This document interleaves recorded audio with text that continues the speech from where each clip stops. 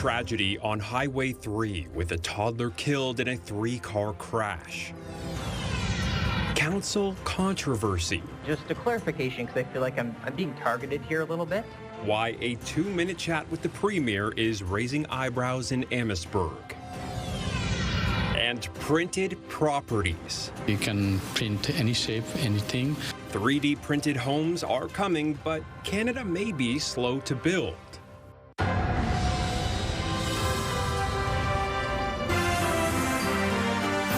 CTV News with Stephanie Mazzotti. Good evening and thank you for joining us. Stephanie is off tonight. I'm Travis Fortnum. A 15-month-old toddler has died following a crash on Highway 3.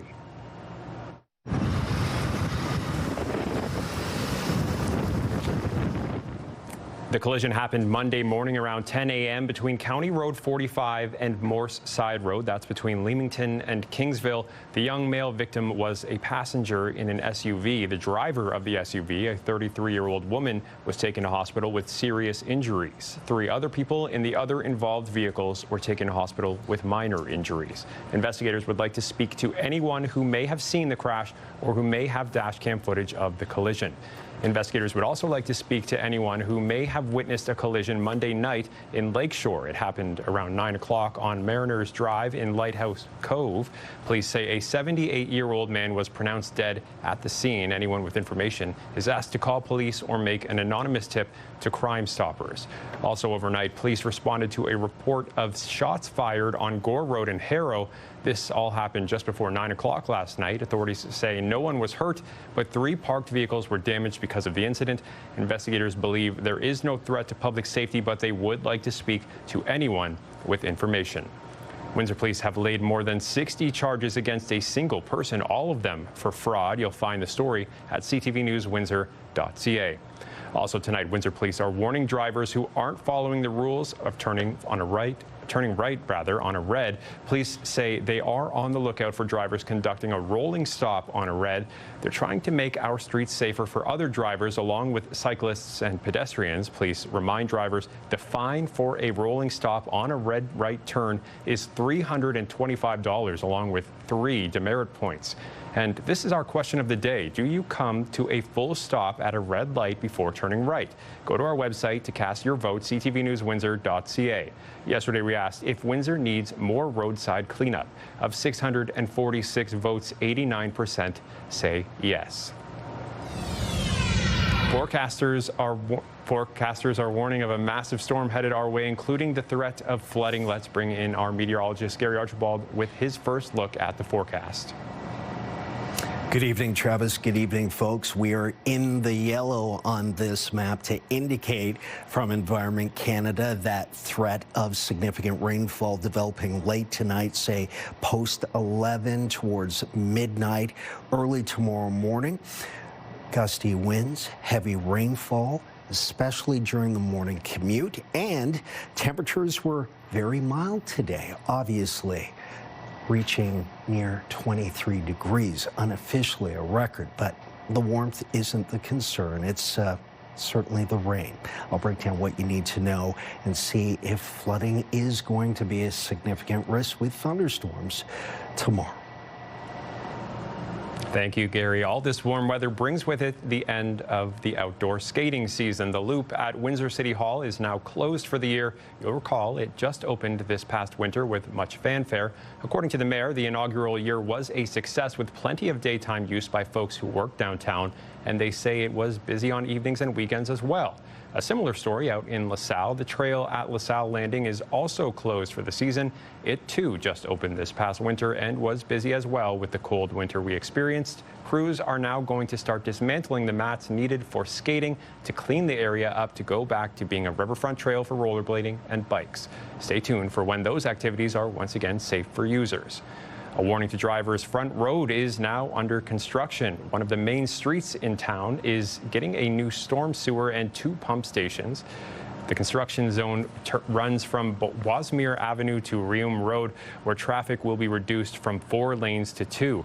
Major traffic delays are expected and detour routes are now in place. Officials ask motorists to drive slowly should they try to get around the traffic through the residential streets. To Amherstburg now, where residents are opposing a new development, fearing the added congestion to an already busy thoroughfare. CTV's Robert Lothian has been following Phase 3 of the River's Edge development. Robert, how big is the proposal? Yeah, so Travis, Phase 3 includes 38 townhomes as well as 10 single-family homes, all of these along Bruner Avenue. This is an addition to the neighborhood residents feel will only bring more chaos to their front steps. The onus is on him to provide parking, not us to accept wherever.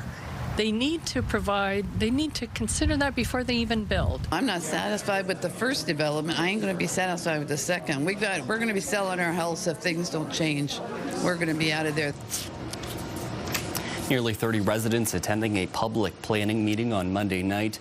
Those living near the development feel congestion turning on to nearby Sandwich Street is already dangerous. They also say 2 6-story apartment buildings created in previous phases of this development are limiting street parking that would be further strained with yet another addition.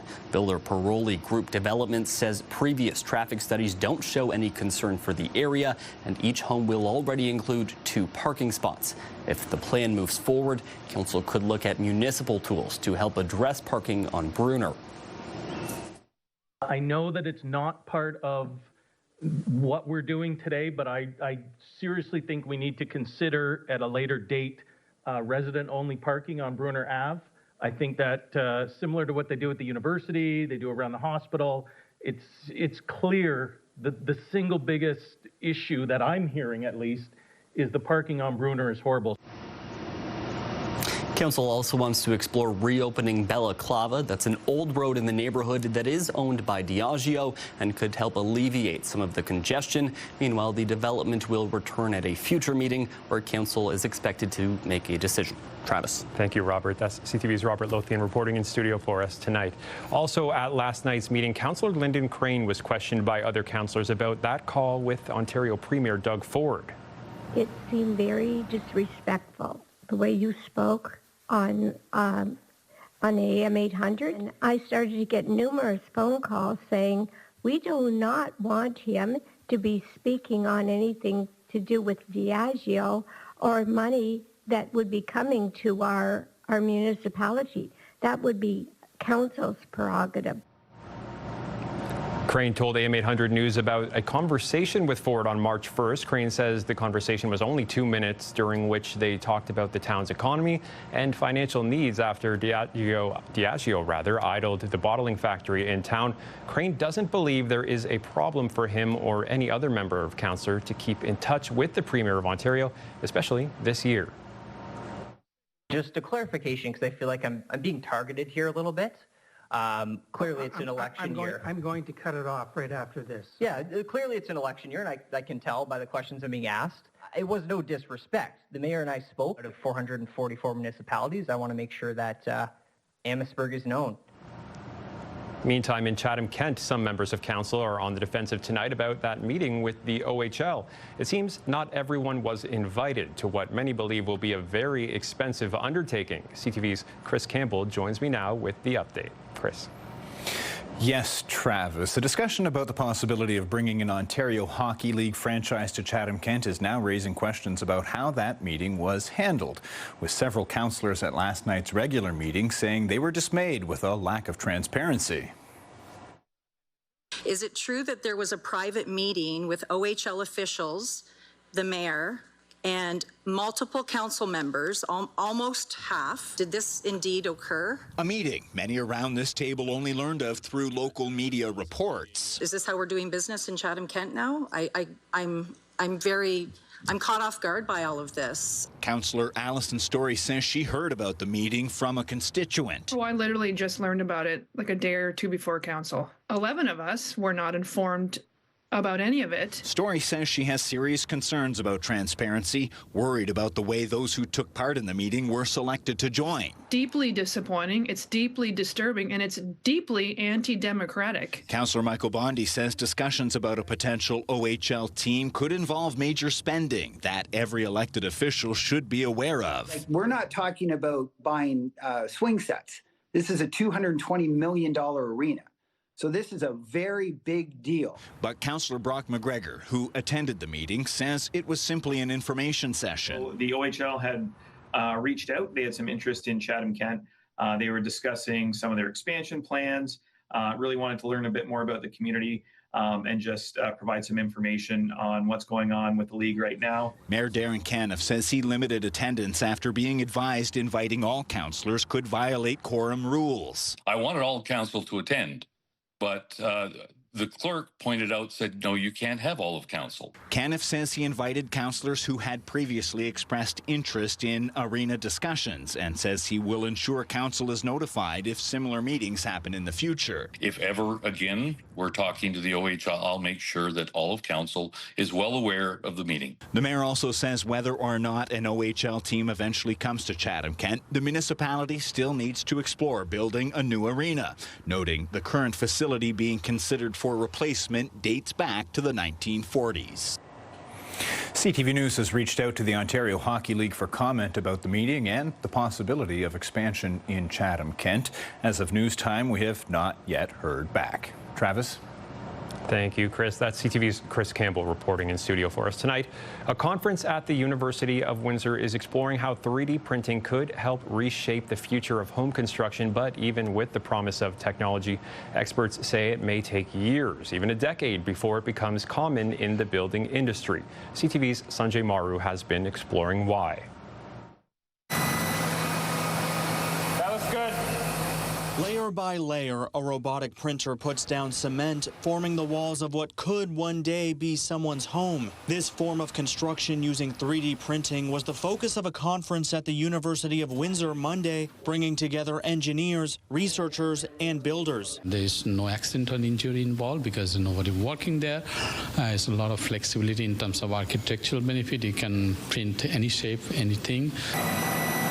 Not to mention, according to proponents, it can build structures faster and at a comparable cost. So with all of those benefits, why isn't this the new standard? Canada is a little bit slow to adopt, right? So regulatory is the biggest problem. Lee Newman is the CEO of Artec, the contractor for a 3-story student housing building going up at the University of Windsor. He says one of the biggest barriers to wider adoption is the lack of building codes for 3D printed construction, and he estimates it will take about a decade for governments to catch up. Part of the benefit we have in Canada, leading the way with this technology is to really put Canada on the map for what can be done following regulatory compliance and code. But building codes are not the only hurdle. Experts say the way housing is approved and built in Canadian cities can also slow the pace of change. According to the World Bank, Canada ranks second to last out of 35 countries for how long it takes to get approval for construction projects. Tied to that is a question about the way in which culture changes and the sort of level of acceptance of change of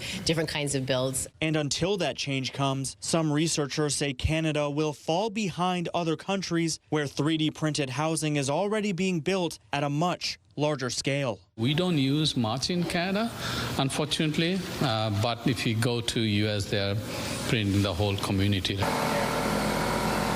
Sanjay Maru, CTV News. To Italy now, where Canada's para-hockey team with 4 local athletes on the bench is making it look easy. Team captain Tyler McGregor, who lives in Windsor, getting things started early with a goal 39 seconds in, then a second. Wallace-Town's James Dunn also getting a pair as the team outshot Japan yesterday 56-2. That's not a mistake. Canada had 56 shots on goal while Japan only had 2. Team Canada wins 14-0 with Czechia on deck today. Our Bob Belichico stopped by a watch party and reports from Kingsville. A lot of excitement here at St. John de Brébeuf in Kingsville for today's game, Canada versus Czechia. This school closely connected to Canada goalie Corbin Watson. Let's go check out the action inside the school. Can we do Go Canada? 1, 2, 3. This is like the gold medal match for us. It's the only game that's broadcast during our school hours. So other ones, because of the time shift and then with March break next week, we're not going to be able to see any other games. So this was our one chance to get this right. Students wore the flag proudly and cheered loudly for Team Canada from 7,000 kilometers away. Watson's 3 children attend St. John de Brébeuf. It's amazing to be best friends with someone like Gabe. He's super nice, kind. His dad's also very nice. I've met him a few times. We've been cheering on the family kind of since the very beginning, so it's exciting to know that he was going to go when they qualified for it, and we've kind of keeping that buzz all the way along. Students have learned about the para games and para hockey. We learned that about the sticks, how they have the pointy things on the end so you can move around. And we learned about Corbin Watson. I never really thought that becoming a goalie was that interesting. And when Corbin opened my eyes, it sort of made me feel this is a really good experience. I could become a goalie. Students are inspired by watching someone that is connected to the community and are hoping Team Canada brings home the gold. They weren't disappointed. Canada beat Czechia 4-1. Bob Belichico, CTV News. We want to hear from you. Do you have any story ideas for us? Text the details to us at 10400. Harrowing tales from those trying to survive the Iran war. The latest from the Middle East is coming up after the break. Then later, a shooting at the U.S. Consulate in Toronto has authorities on high alert. Tomorrow, new video has been released of a smash and grab at a local retailer. We have a new installment of the Crime Stoppers report tomorrow at 6 on CTV News. CTV News Windsor has launched a newsletter helping you start your day with the latest local news. By signing up, you'll get direct local content straight from CTV Windsor to your inbox, including top stories, the forecast, and videos. You can sign up at ctvnewswindsor.ca. We turn our attention now to the Iran war. So far, 4,300 Canadians have returned home desperate to flee the war zone. But CTV's Adrian Gabriel has met a Canadian heading towards Tehran. He reports from the Turkish border. A call to prayer reverberates from Iran across the border through this remote mountain pass. The Kapakoi border crossing sits more than 2,000 meters above sea level. It dates back to the 17th century. Today, it's a critical passage for those entering Turkey from Iran. Since this war began, thousands have stepped across this threshold, exhausted and relieved, including the youngest of travelers. I thought maybe they're going to attack again, even closer and closer until it gets to my house. There are also those headed in the opposite direction, into the confines of this conflict. My mom is in the ICU there, and I have to go take care of her, help her, make sure she's okay. Yeah, I'm going to Iran. This Canadian who asked that we keep his name private as he heads into Iran flew for Montreal. He's crossing the border, headed to Tehran, where his ailing 82-year-old mother is battling Alzheimer's. So many people are leaving Iran. Yeah. You're going in. Everyone's leaving, and all my friends, my family's telling me not to go, because it's a very dangerous situation. Are you worried about what you might come up against on your journey? Absolutely. It's dangerous. It's a war zone. Mehran Amiri has left Iran, headed to Vancouver, where his children live. They are all of the capital I have in my life. So I'm waiting for to hug them and kiss them. Forced to pick up the pieces, this is the new reality in Tehran, where rescue workers search for survivors following a deadly strike. And more evidence of the war's widening footprint, remains of an Iranian missile that was intercepted, located on Turkish soil. For the second time in as many weeks, the NATO nation confirming a U.S. Patriot missile system is now operational inside the country. For some who've lived through a life cycle of conflicts, they've seen enough. Too crazy are fighting, too mad are fighting together, though there is no hope for future. As this war even hardens the most innocent. Every day of school, people are begging from God for the war to end. Though not even the prospect of death can break a son's unwavering commitment to his mother. I'm just thinking about my mom right now. She's not well, so I got to take care of her. Propelled in opposite directions, this is a conflict that has done more than just cross borders. It sent thousands down winding roads. The final destination still to be determined. For those on the move, this crossing has grown noticeably more tense. We watched as a military police commander with a heavily armed unit sweep through this location just earlier amid rising security concerns. Adrian Gobriel, CTV News, Van Province, Turkey. Meantime, on day 11 of the war in the Middle East, the U.S. Secretary of War warned today will be the most intense day of strikes on Iran. His comments come a day after his boss, the U.S. president, said this so-called excursion will be short-lived. CTV's Joy Malvin reports now from Washington. The Pentagon with new video bombing Iran's missile launchers and destroying their ammunition stockpiles. A fresh round of attacks. The U.S. says it has hit more than 5,000 targets, including 50 vessels. Today will be, yet again, our most intense day of strikes inside Iran.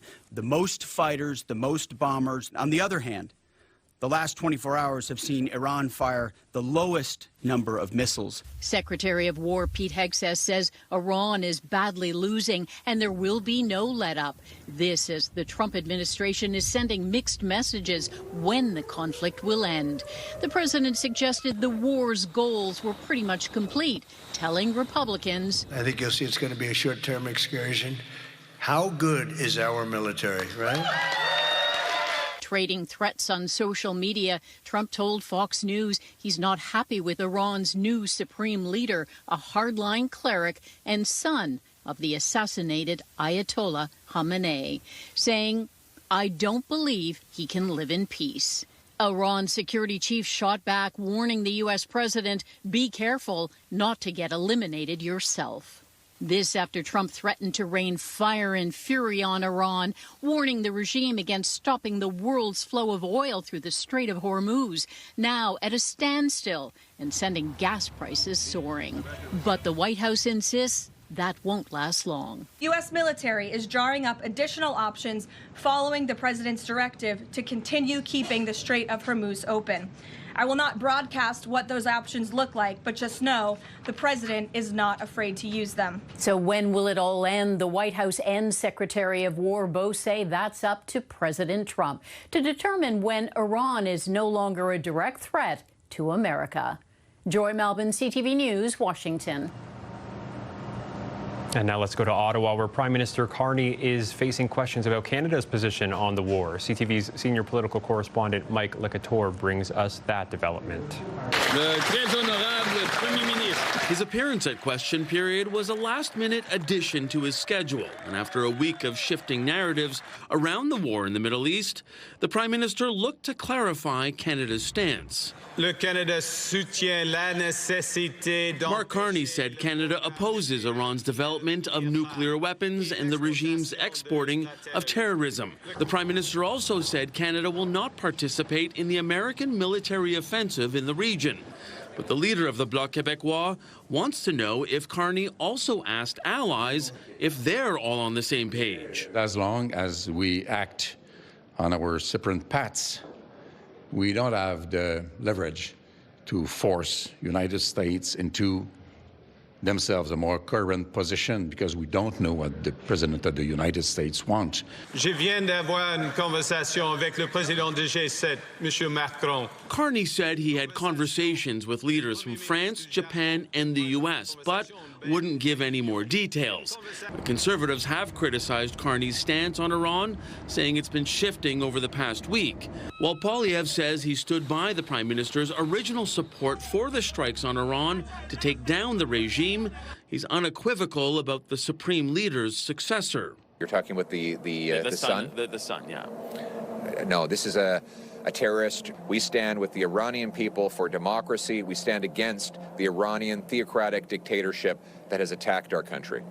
Prime Minister Carney says he plans to speak with other G7 leaders this week, and he says they're all united in calling for a de-escalation in the Middle East.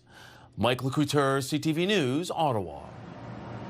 To Toronto now, where authorities are investigating what they call a national incident. Early this morning, police say 2 people fired shots at the U.S. Consulate in Toronto. They believe they may have been driving in a white Honda CR-V. Although there were people inside, no one was hurt. Police say they will investigate to see if there are any possible terrorism links to the crime. At this time, the INSET team has been engaged, as this is a national security incident. And we are working with Toronto Police and others to understand the motivations of those involved. The family of a child critically injured in the Tumbler Ridge shooting is suing OpenAI, claiming its chatbot helped the shooter plan the attack. The lawsuit was filed by the mother of 12-year-old Maya Gabella, who was shot in the head and neck at the school on February 10th. It alleges that OpenAI had, quote, specific knowledge of the shooter utilizing ChatGPT to plan a mass casualty event. OpenAI told police after 18-year-old Jessie Van Roosterseller killed 8 people and then herself that her ChatGPT account had been shut down, but she got around the ban by simply having a second account. None of the allegations have been proven in court. The social media platform TikTok will be allowed to continue operating in Canada after agreeing to enhance security for users. In 2024, the federal government ordered TikTok to take its business out of the country because of national security risks. However, Ottawa never banned the app. A federal court reversed that order in January and demanded another review. Ottawa now says TikTok can keep its business in Canada. In turn, the platform will enhance privacy protection and has agreed to invest in the country's cultural sector. In Vancouver, a natural spectacle is playing out on an isolated beach. It's not so much the sight you can't miss, but rather the sound. CTV's Andrew Johnson reports from British Columbia. They've taken over this small beach, and the people who have come to take a closer look are thrilled. I think it's pretty phenomenal. Listening to that, who wouldn't be curious? What is making all that noise? Just hanging out, talking to each other, being chubby and adorable. They are indeed plump. Some of them can't even keep their eyes open. These ones up here haven't moved. They're just zonked right out, and these ones are making a bunch of ruckus. Ruckus, says one expert, is the specialty of these California sea lions. When they arrive, it's almost like a biker gang has shown up for a convention. And sometimes they go back to the same spots, and sometimes they discover a new hangout. This gang is here for the herring they intend to gobble up in large quantities. They're just like sticks of butter to them. It's just full of fat. And if you're a male California sea lion, you're not watching your waist. You're actually hoping to put on as many pounds as you can, as fast as you can, because the whole goal is to get back to California looking super sexy and nice and big and able to hold a territory against other males. Where the females who stay closer to home are waiting. Experts say the barking at the beach that's left even dogs speechless will last as long as the herring run is at its peak. Amazing. We won the lotto. We live here.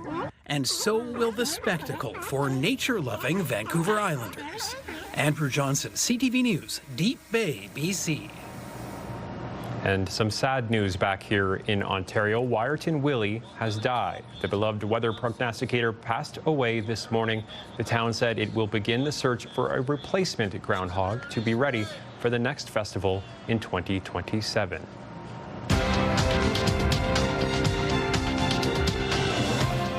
Canada's main stock index surged today while the price of oil fell. In Toronto, the TSX gained 81 points, and in New York, the Dow fell 34, while the Nasdaq added a single point.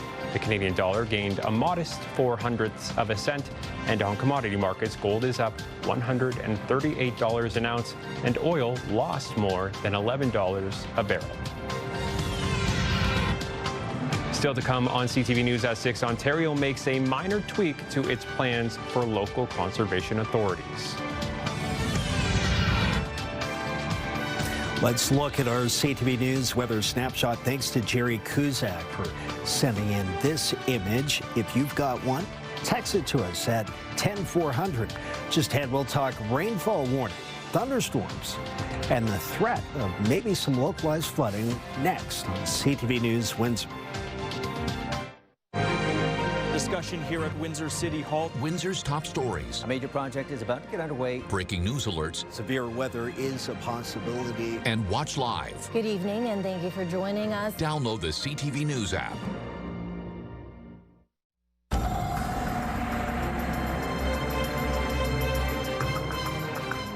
A little bit of clouds in the sky, but Gary's here to tell us that we're going to be seeing an entirely different type of cloud in the sky for the next little bit, right? You're right about that. A precipitating type of cloud headed in our direction. We'll see increasing cloudiness as we speak, and over the next, say, 24 to 36 hours, much of southern Ontario is going to be inundated with rain, hence the warning. But first, I want to talk about Money Mayhem, the big contest. Your Money Mayhem pin for today is 3084. Once again, 3084. Enter it now at ctvwindsor.ca and be listening to Mike and Meg at 8:37 a.m. Tomorrow on AM 800. They might just be calling you to play. So, big rainstorm. We knew it was coming. We've been talking about it for a few days.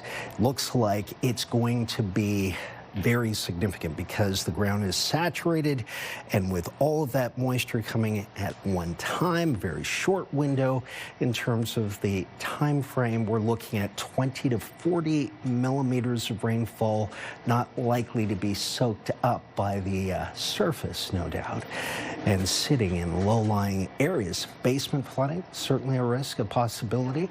Today was very mild, obviously, and that's an understatement. Unofficially, a record-setting day for a daytime high. Look at this, near 23 degrees Celsius. Our average high is 5 degrees on the nose for March 10th in our neck of the woods. So, very warm, setting up for a warm, moist air mass heading our way. But we've cooled off some.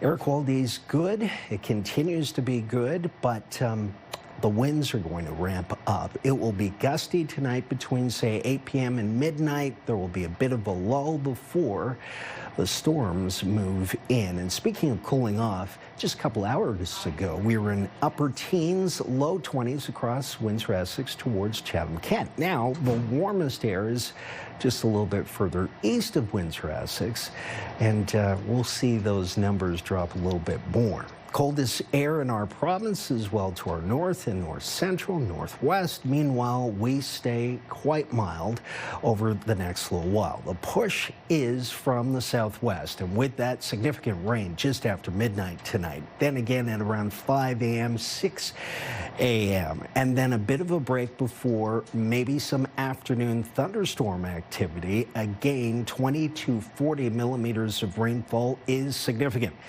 And localized ponding on the area roadways a concern. Thunderstorms also a threat, could start to fire up later tonight. By midnight, down to 9 degrees Celsius. Tomorrow morning, it is cool, but it's all about the gray and the rain. Gray cloud above with thunderstorm potential. We're looking at high probabilities and then cooling off 5 degrees in a mix possibly Thursday, Friday, Saturday, Sunday, 6, then 3, then 2. Cloudy with flurries and or rain. And then Monday, Tuesday, -1, +1. Yes, you're looking at significant numbers in terms of temperatures declining.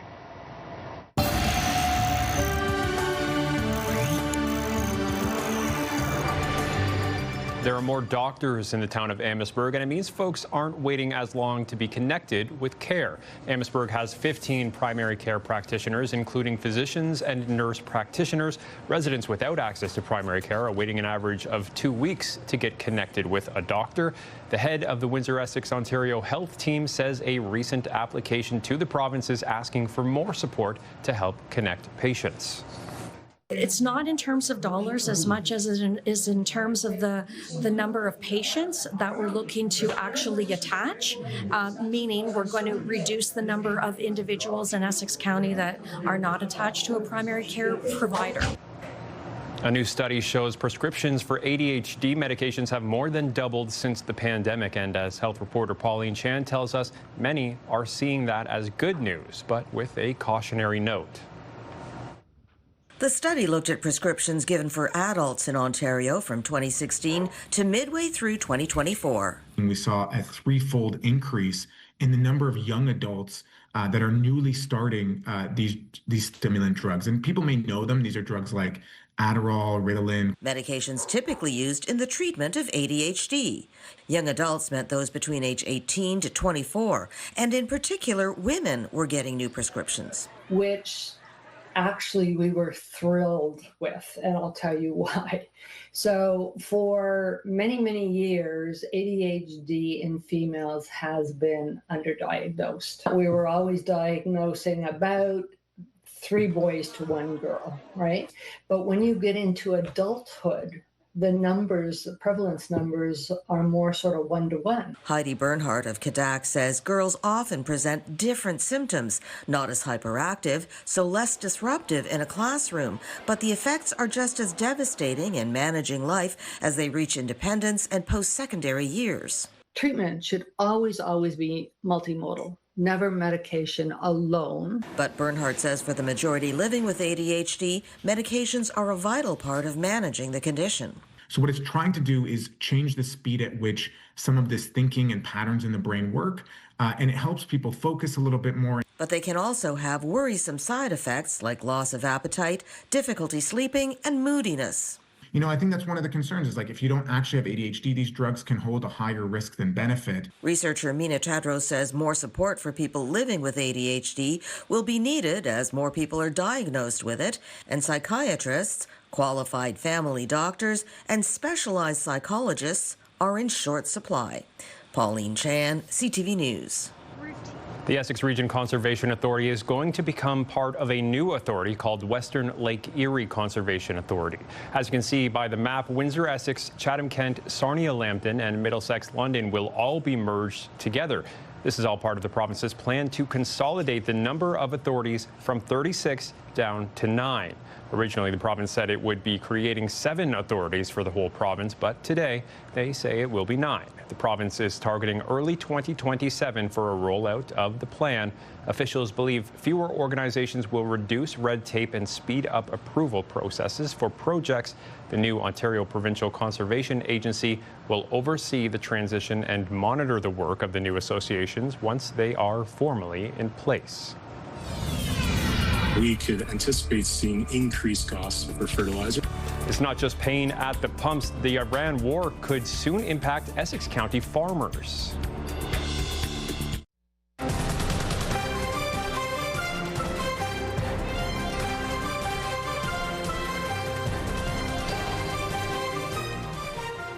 Fuel price volatility created by the Iran war means farmers could be faced with increased costs to buy fertilizer, while grocery store owners are bracing for added manufacturing and transportation costs. CTV's Amanda Anderson reports.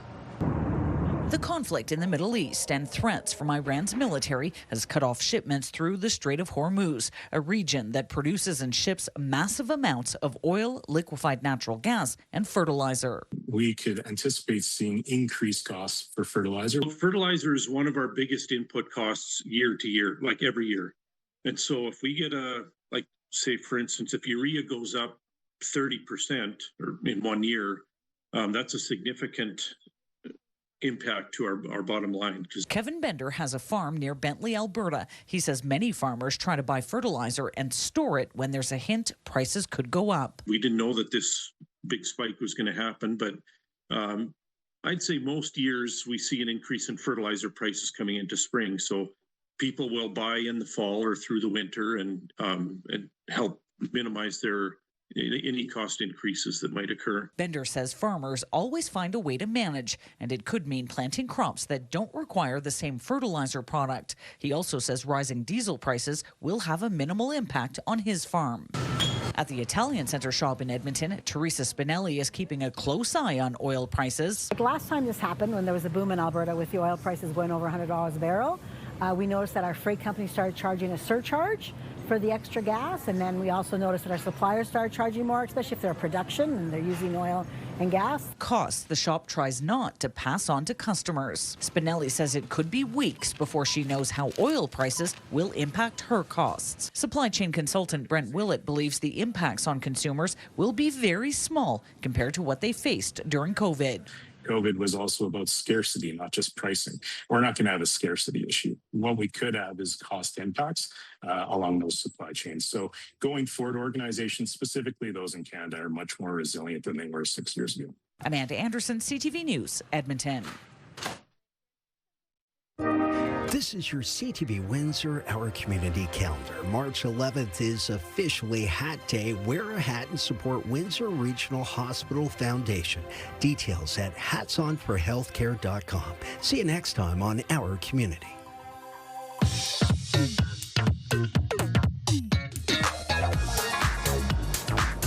It's time to check in on what's happening now with Melanie Kentner. Melanie, you have more for us on 3D printing. That's right. So earlier we told you about a conference at the University of Windsor exploring how 3D printing could change the way homes are built. But experts say the technology itself is only part of the conversation.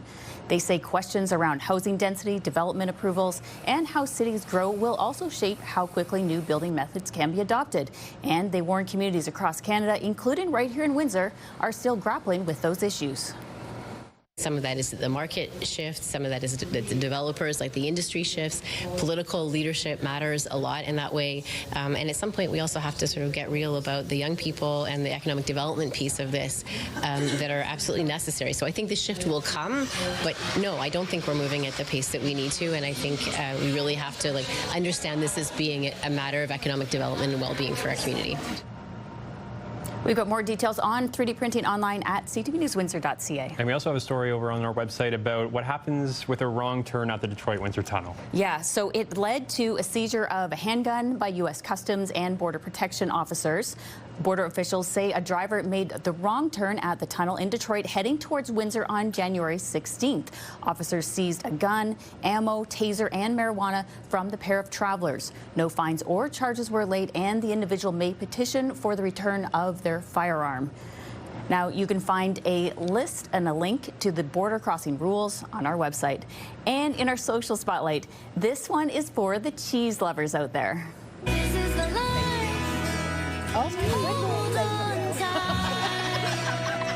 So cute. Of course, the server was trying to put the cheese on her plate, but this little girl just wanted a straight shot into her mouth. So, Travis, have you tried this? Not this specifically. I mean, I think I've probably eaten shredded cheese right out of the bag before. Not this. I don't know. Maybe there is a story from my childhood that my parents will share with us, but not that I know of. It's a great idea. Hey, why not? Try that next time I'm at the restaurant. It's efficient. It cuts out the middleman, right? Exactly. That's right, and that's what's happening now. Disappearing artwork. Stay with us after the break and weather, a unique artist's ability to, which makes work that's now dissolving.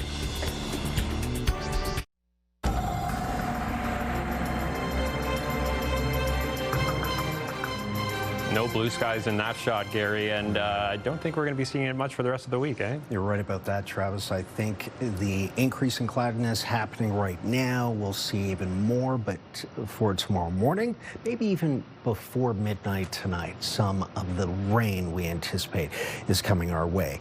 A 20 to 40 millimeter rain event. That's significant, hence the rainfall warning in place for the next 24 hours. See a high of 10 after today's unofficial record of almost 23 degrees Celsius.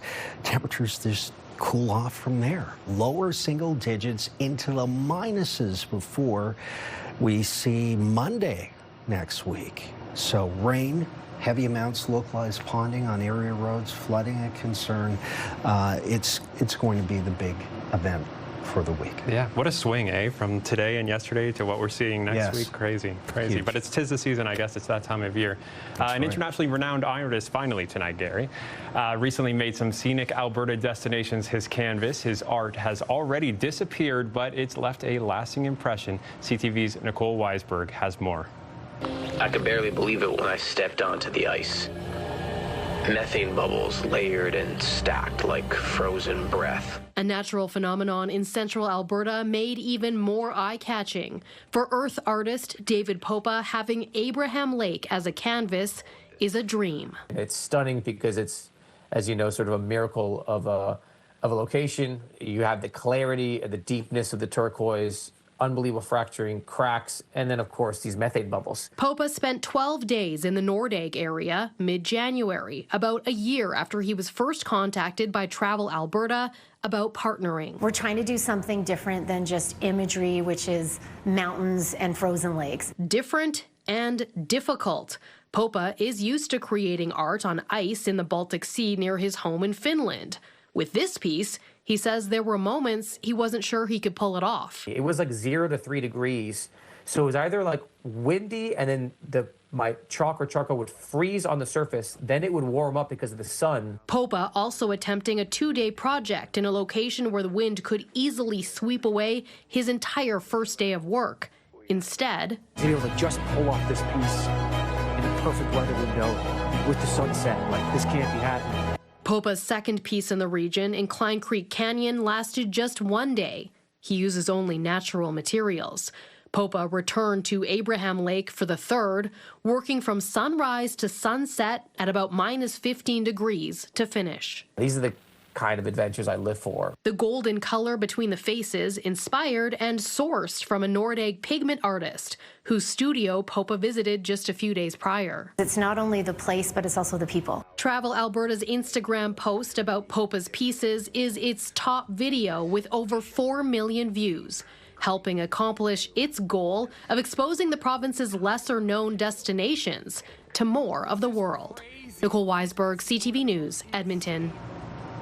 Wow, beautiful images there, eh? Talented visionary. Yeah, all done with chalk that. and everything too, so it's good for the environment. That's great. Brilliant. Can't beat that. I need a vacation to check that out. Yeah. On behalf of our dedicated news team here at CTV News Windsor, thank you for watching. For updates throughout the evening, go to ctvnewswindsor.ca. And Gary and I will be back with your only late local newscast at 11. See you then.